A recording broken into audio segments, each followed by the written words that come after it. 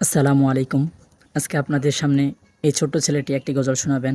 সকলে তার গজলটি শুনবেন ইনশাআল্লাহ।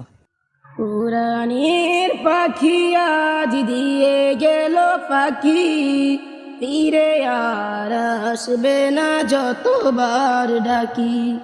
পুরাণের পাখি আজ দিয়ে গেল পাখি, ফিরে আর আসবে না যতবার ডাকি।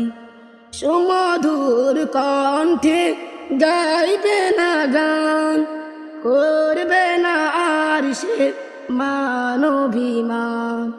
সুমধুর কণ্ঠে গাইবে না গান, করবে না আর সে মানবিমান। কিভাবে বিদায় দিব অশ্রুতে যাই ভিজে আখি, ও